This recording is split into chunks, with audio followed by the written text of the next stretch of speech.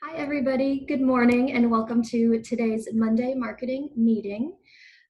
So for today's meeting, I wanted to show you guys the eCard feature inside of DeltaNet. So to get started, let me share my screen with you guys. And the first thing we're going to want to do is log into DeltaNet. So thank you, Nathan, for letting me use your profile. But once we're in DeltaNet, on the left-hand side on your rainbow column here, we are going to open the Customers tab.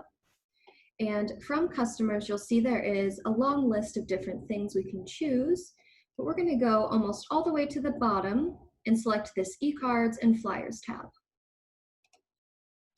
So once this redirects us to the new eCards and Flyers page, you'll see we've got a couple of different options for filtering here. We've got filter by category. So if I open this, you'll see you can filter by all sorts of different events, anniversaries, birthdays, holidays, all kinds of different things in here. The second option is going to be filter by type. So we've got eCard, flyer, postcard, and brochure. And then we've also got filter by keyword. So the main one I want you guys to always select when you want to select an eCard is going to be filter by type. So we're going to come in and select eCard. And I say this is very important because we have a bunch of templates in here that are similar. So we've got an eCard template that may look almost identical to a flyer template. And I would hate for you guys to come in and, fill out and totally edit the flyer and it looks great. And then you can only print it. You can't send it via email. So it's really important to make sure you filter by type. And once you filter by type, you can also come in, and just look through the list to find one you like, or we can use this filter by keyword. So the first thing I'm going to show you guys is for a property. So I'm going to type just listed. All right, and so now you'll see all of these just listed templates have popped up. So you can scroll through and find one you like. And once you find one you like, let's say this first one here, you just select it. And that is going to take you to the editing page for this template. So right now we can see we've got just the bare bones of our template here. There's no photos, no verbiage or anything. So there's two things we can do.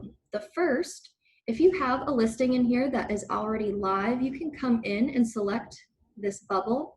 So we can see these are all of Nathan's current listings right now.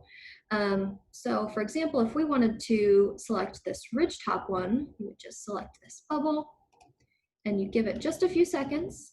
And what it's going to do is it's going to pull all this information from the RMLS for us. The second option, maybe you're holding an open house for somebody else.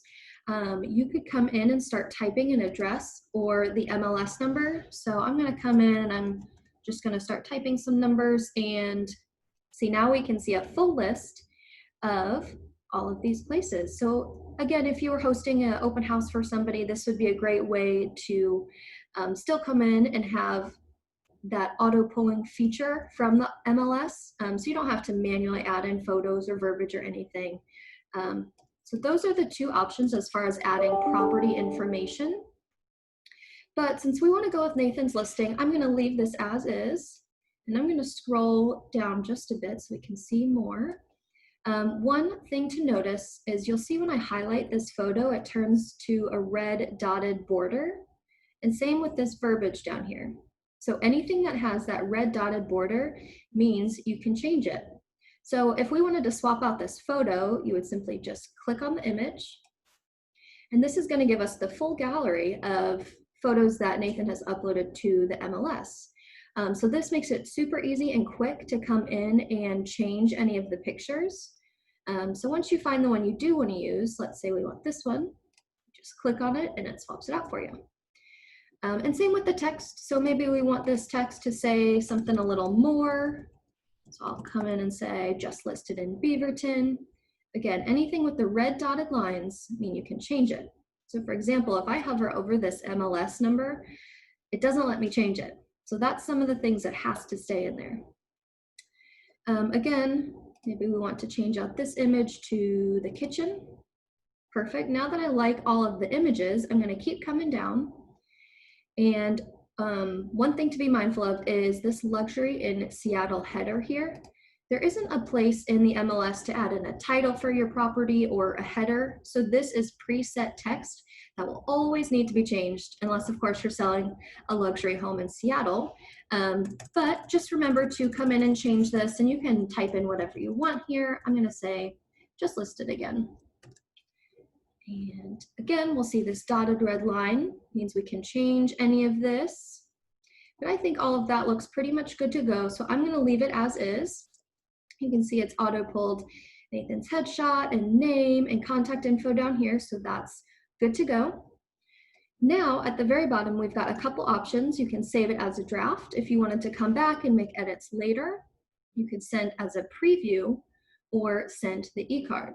So if you want to send yourself a preview, you can click this green button here, and that's going to pull up this little pop-up menu here. And one thing to be cautious of is right now it's auto-pulling in Nathan's CB Bain email.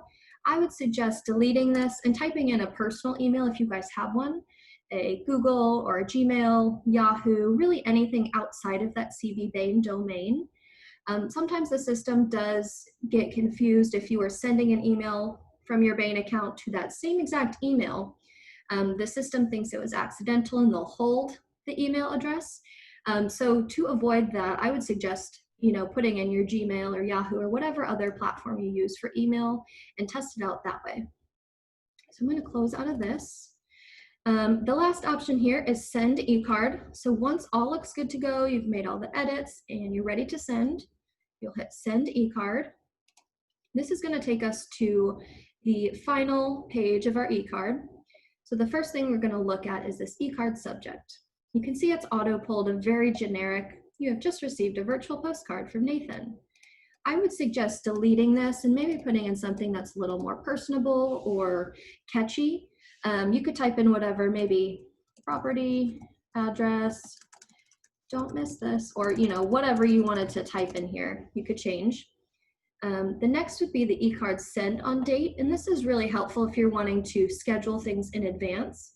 So maybe not necessarily for a new property, but maybe if you were doing a holiday e-card or an anniversary e-card, you could come in and schedule it to send on that exact date by clicking this little calendar button. And then you'll see the different days here. You can also do the exact time by clicking on this clock and selecting the time you want to send it. Since this is a just listed, I'm going to leave it as right now. And now we can come to the send to groups or send to individuals. So if you're looking to send it to a group of people, this is super duper easy. You can come in and checkbox, and that's it. So this would send to all 103 past clients. Or if you only wanted to send it to, one or two people, you could come in and start typing their email address. One thing to be mindful of here is whoever you're typing in, they must already be a customer in your DeltaNet profile. So if this is a brand new person you met, 5 minutes ago, you'll have to make sure that you've added them as a customer first to your profile before you can send them emails. But once all of this looks good to go, you would scroll down and hit send e-card. I'm not going to send this, but if you were ready, you would just hit that green send, and then that would go out to your sphere or whoever you sent it to. So the next piece I want to show you, that was for a property e-card. Let's go back into the e-cards and flyers tab, and let's look at another option here. So again, I'm going to filter by e-card, and maybe this time we want to look at a holiday one. So I'm going to just type July because that is our next upcoming holiday. And you'll see we've got a bunch of different templates. You can scroll through, find one you like. So let's go with this one here. We're going to click on it. And again, we'll go through that same process of any red dotted line means you could change it. So if you wanted to add some more verbiage here, you can keep typing as long as you want. It'll let you keep going. Make it as personable as you want. It is going to autofill headshot and contact information. So now that is it for this e-card. You can come in and create this in less than 2 minutes and send it out, which is really great. So we'd come down to send e-card. And since this is a 4th of July one, we could come in and change our date here. So maybe I don't want this to send until the actual 4th of July. You could come in and schedule it for Saturday, July 4th, and then the e-card would send out on that date. So that is for the holiday cards. I'm going to go back to the e-cards and flyers tab one last time. There's one other thing I want to show you guys. So on this page, you'll see we've got these little icons here. This icon with, it kind of looks like a clock with an arrow going backwards. When I hover over it, you can see it says e-card history. This is a great place if you want to come and see what e-cards you've sent, you know, who's opened it, how many people have clicked on it, and then you can get just a brief history, you know, okay, this one was sent on May 5th, this is who it was sent to, MLS, address. It's just a good place to come in and see some stats about who opened it, when they opened it, and a good reference point for you. You can say, okay, the last time I touched base with this client was on the 5th, let's send them something again. And again, this is just the e-card history button, this little clock with the backwards arrow. The next one over is e-card automation wizard. This little, it looks like a wizard's or, you know, a magician's wand here. If we click on this one, it's going to have you select a category. So what we can do is, let's say birthday. We're going to click on birthday, and you can turn on automatic settings. So as long as in your customer profile you have typed in their birthday, it will automatically send them, you know, based on your settings here, a cute little happy birthday card. And you can easily turn this on. Enabled off means it's off right now, but if you wanted to turn it on, you could certainly turn it on. And you can also choose the date. Right now, it's how many days before the birthday. So this one is set 3 days before their actual birthday. You could select the groups that you want to send it to. And you can change your subject line here. And now the fun part is selecting which template you want to send. So maybe let's send this cupcake one. And then you'll select our Bain logo. I'm not sure why it's pulling two, but make sure we select the Bain logo. And then you can change the message in here. Right now it just says, wishing you a birthday filled with joy and a year filled with health, happiness, and success. But if you wanted to change that, you could certainly come in, delete it, and type your own message. And this is a really great feature to be, you know, kind of hands off, but still touching base with your clients on something personable like their birthday. So for this, the one thing to keep in mind is their birth date does have to be in their customer profile. So if this is something you would like to set up, but you don't currently have their birth dates set up in the customer profile, please let me know and we can schedule a time to go through this together and I can show you how to add in everybody's birth date. I'm gonna exit out of this guide, but that was for our e-card automation wizard here. And there's a couple other buttons. This little filter button is just going to take away that filter menu. So it's nice to have this on so you can filter by type and keyword. And the last one is just going to be your e-card settings here. And this is where we would upload the Bain logo, but it should already be uploaded in everybody's profile, so you guys don't need to worry about that. Again, if anybody has any questions over these e-cards, whether it's the template or sending them out or adding in, for example, a customer's birth date, please let me know. I would be happy to set up a time with you guys. So happy sending e-cards, and I hope you guys have a wonderful week. Thank you.